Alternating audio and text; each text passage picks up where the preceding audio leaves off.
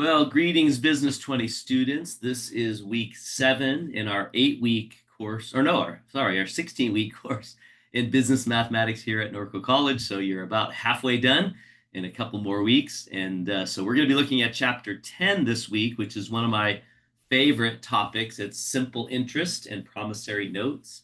And this is where you start getting into utilizing the same formula that we've been looking at. We called it the portion formula originally, and then we got it into the formula for markups and markdowns, things like that. Now we're going to be looking at the same formula, but we're going to be adding one more column to that, and it is going to be the column of T, or time. So you're going to have your principal times time times rate is going to give you your interest, how much interest that you're going to be paying on a particular loan or a particular investment. And so it's simple interest. It's basically one amount of money put into the bank. You get interest on the money that you put in, and it keeps getting interest on the money you put in.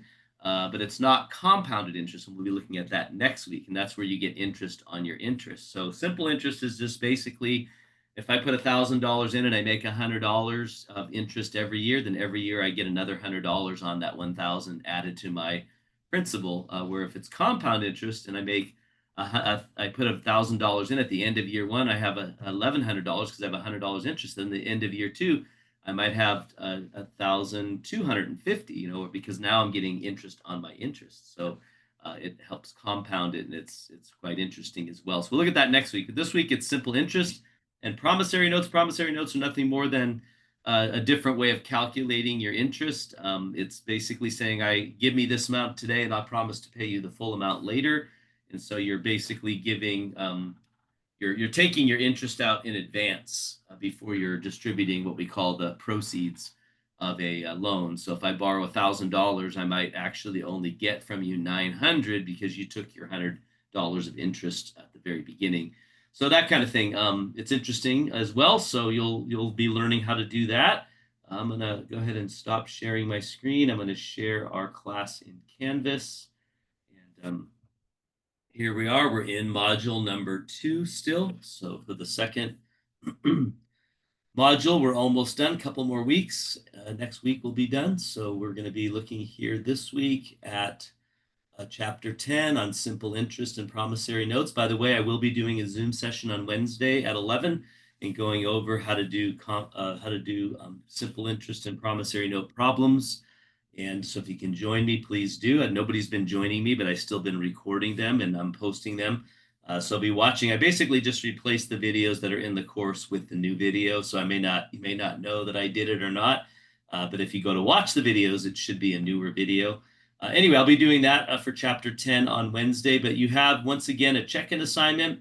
This is kind of like a quiz. And the reason I'm not publishing the next modules is I'm actually converting all of the check-in assignments that used to be like one you did a few weeks ago. You just download the sheet and then you re-upload the sheet. They're going to be more like the drop-down menus where I have everything in Canvas and you just select the answer from the drop-down menu that you've come up with.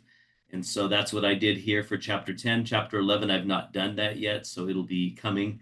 That's why it's not published. But anyway, you have a check-in assignment and then you have a quiz, and then you're continuing your case study on the bride, the groom, and the taxman. This is where you're comparing the different kinds of, from chapter 9, but you're comparing, somebody that was once single and paid monthly. Now they're married with 3 dependents or 4 dependents or whatever's, or 2. And now you have to figure out they're paid monthly, but what do you figure out their taxes are going to be on their federal income tax? So you'll be working that out, called the percentage method, where you're using the 2 tables or 2 exhibits, 9-1, exhibit 9-2.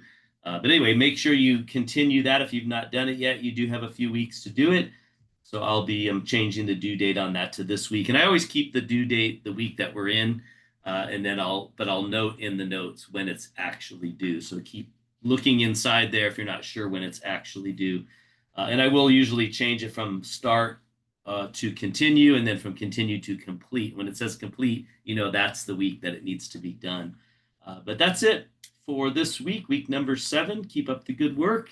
Next week will be the midpoint once we're done with week 8, and then we'll be on the way down with finishing the last 8 weeks of our class. So, all right, everyone, we'll have a wonderful week number 7. And if you need anything, don't hesitate to reach out, and you will see me again on video next week.